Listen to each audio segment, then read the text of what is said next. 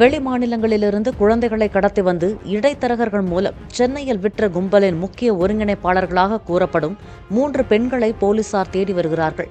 ஈரோடு மாவட்டம் சித்தோட்டில் குழந்தை கடத்தல் தொடர்பாக சிக்கிய ரமேஷ் நித்யா தம்பதி அளித்த தகவலின் பேரில் சேலத்தைச் சேர்ந்த 3 கைது செய்யப்பட்டனர்.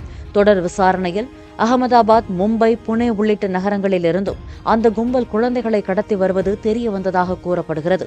குழந்தை இல்லாத தம்பதிகளிடம் ஆண் குழந்தை என்றால் 5 லட்சம் வரையிலும், பெண் குழந்தை என்றால் 4 லட்சம் வரையிலும் விற்பனை செய்ததாக போலீசார் தெரிவித்தனர்.